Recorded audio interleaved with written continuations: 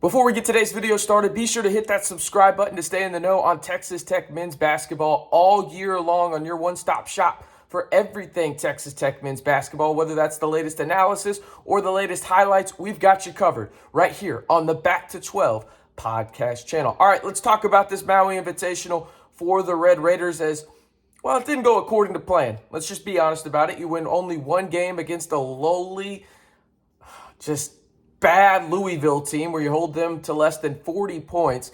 Then the other two games, well, some flaws were noticed and noticed very often for the Red Raiders. But I do think there were some positives to take away from this as well. The main positive, let's start with one. It's got to be Daniel Batcho. Daniel Batcho is him. He is that guy, okay? All the hype this offseason that I partook in, as well as probably yourself watching this video, is living up to that and then some. I think he has played even better than what people expected, especially with no Fardaws, who hopefully will be back here in the next few weeks. Now, when you look at what Batcho has done for this team, he has become a defensive stalwart. He is making it damn near impossible for teams to get to the rim with ease. And when they do, it's because, well, he's getting backdoor cuts in terms of a backdoor screen, not allowing him to get to the rim to try and block a shot. He's averaging nearly 2 blocks per game. He averaged 15 points per game, as well as 7.5 rebounds in Maui. He was truly one of the best bigs out there, and that's saying something when you consider some of the bigs out there that came from Arizona, Creighton, Arkansas. There was a ton of talented bigs, and Daniel Batcho deserves to have his name up there. Now, it's going to be interesting to see, how does this move forward in terms of when does Fardaws come back? When it comes to the rotations, do you run a rotation where Fardaws is on the court with Daniel Batcho as well as Kevin Obanor? Or how does that mix and match work? I think Daniel Batcho is going to make it difficult for Mark Adams and crew to really get those minutes in terms of divvying them up between the three, but I think that's a problem they are willing to have, especially if Daniel Batcho continues to play like this going into the best conference in America, as we all know, which is the Big 12. Now, let's get a negative out there, and it's got to be the offense. And listen, I think you can look at the numbers. I think you can do the eyeball test. I'm going to strictly talk about what I saw from both, right? And Texas Tech is just not shooting well from the outside of a couple of guys, and those two guys are Pop Isaacs and Jaylon Tyson. Now, I wish they weren't as hesitant, mainly Jaylon Tyson, but when you look at what Texas Tech brought in this year, it was shooters on shooters on shooters. That's what they prioritized in the portal. That's what they prioritized when it came to high school recruiting. You look at it, Lamar Washington, solid shooter, over 35% in his high school career. Pop Isaacs, north of 40% in his high school career. You got Kerwin Walton from North Carolina. We know he can shoot the lights out. And then you got Demarion Williams as well from Gardner-Webb, who can shoot the lights out. And obviously, Fardaws can shoot the lights out with limited three-pointers as well, but he hasn't gotten to play this year. The main thing for Texas Tech, in my opinion, when it comes down to it, is the lack of spacing and moving during a possession.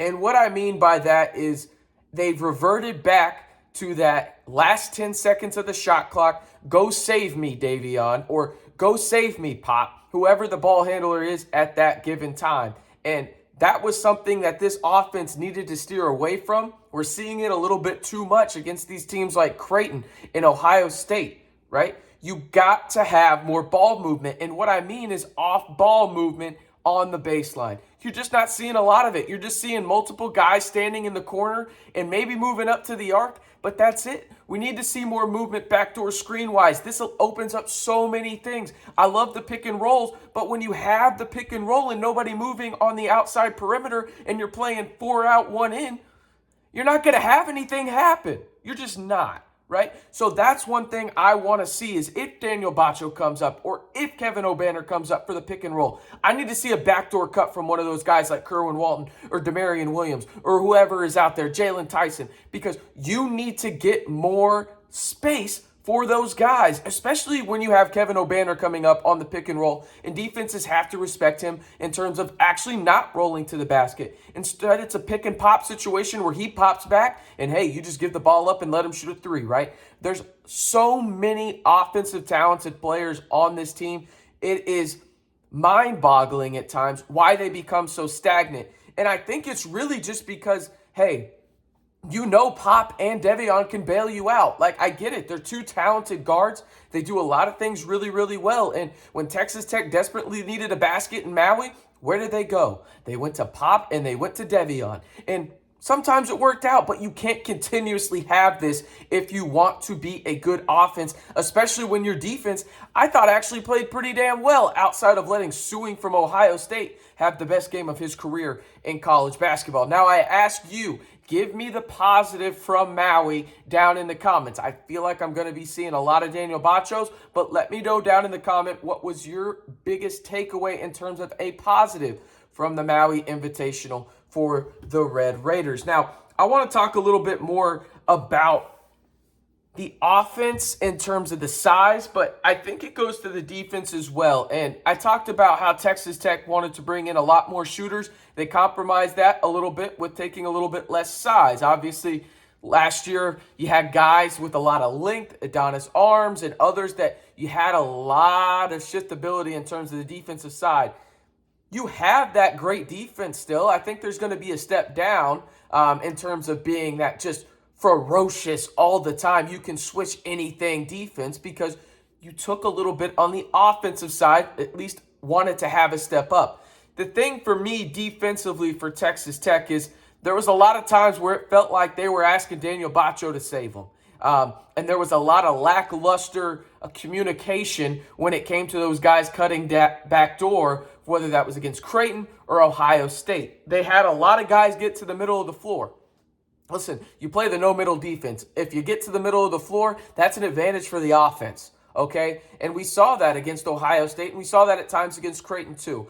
So I think they're going to go back to the basic principles of that. I think you're going to see a very, very focused Texas Tech team when you see them on the floor next time, which will be against Georgetown, against a Georgetown team that is garbage. That's to say it nicely, okay? In the Big East, Big 12 challenge out there in the 806. Now, one thing I want to talk about from a positive note for Texas Tech is I think offensively, they found something when it comes to transition offense. Now, it wasn't pretty all the time, and I thought they could have been a little bit more aggressive, but when Daniel Batcho gets a rebound, he's a great outlet passer guy, and so is Kevin O'Banner. And it looked like that was a really big point of emphasis when the offense was stalling, getting out and going in transition. Now, Texas Tech moved in transition a little bit in years past, but you can tell with these two lead primary ball handlers in Pop Isaacs as well as Devion Harmon, you have the potential to push the envelope a little bit. Now, they're very smart in terms of, hey, if we don't have the numbers, we're going to back out. And sometimes, even without the numbers, I would like to see them just attack the basket and see what you can get, especially with Batcho and O'Banner running right down the middle of the floor, right at the basket. If you get a 7-footer and a 6'8" guy that is one of the best rebounders in the Big 12 going in, even if you don't have the advantage on the fast break, I like your chances on getting a rebound, right? And that allows you to have an offensive rebound, and we know when the best time to take a three-pointer is. It's on an offensive rebound, and I think you have the shooters to do it. So I think that is a big positive for Texas Tech in terms of really pushing the envelope in transition. Obviously, that hides a lot of flaws offensively as well. I think you can do that, though, because you do have those two guys in Devion Harmon and Pop Isaacs. Listen, I'm frustrated as well with some of the lack of shooting. I'm looking at the stats right now. Texas Tech as a team is shooting 33%. 1 for 3 from 3. Not good enough from the free throw line. 74%. I don't like that either. 47.4 from the field. It's whatever. The shot percentages aren't there. And a lot of that stems from the fact you're still turning the ball over 15 times a game on average. It's not good, right? You're just not doing well in that department. Now, you're having 4 blocks a game. You'll take that, and you're creating 8 steals per game. You like that as well. But when your turnovers and your assists are basically the same number, interchangeable, 14.7 assists, 14.5 turnovers per game, you're not doing too well in that department, and I think that comes from the stagnant offense at the very end of the shot clock. You just can't have it. So those are kind of the things that stood out to me. I thought that you do have the shooters on this team. You just can't have the hesitation. You ran through a buzzsaw in Creighton, who I think is one of the top 7 teams in the country. You played an Ohio State team that wasn't ranked, but they were receiving votes. Believe they were, if they did the top 30, they would be 27th or 28th. So a really good team there. Obviously, you just absolutely demoralized and dismantled Louisville, winning,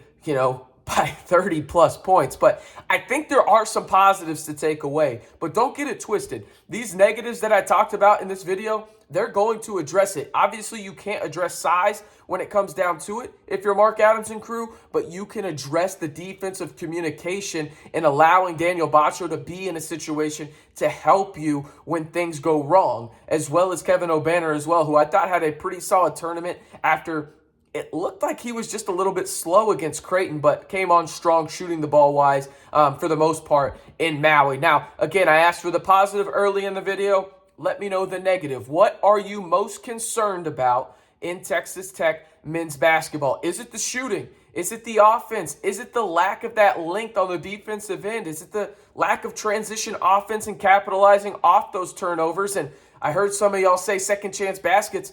Texas Tech was actually pretty good against their second chance opportunities in Maui. But let me know, what is your biggest concern going into, Big 12 play that starts here in just over a month out in Fort Worth, where Texas Tech will take on the TCU Horned Frogs on New Year's Eve to open up their Big 12 slate. I'm RC Maxfield, reminding you one more time, be sure to hit that red button to stay in the know on Texas Tech athletics all year long right here on the Back to 12 podcast channel.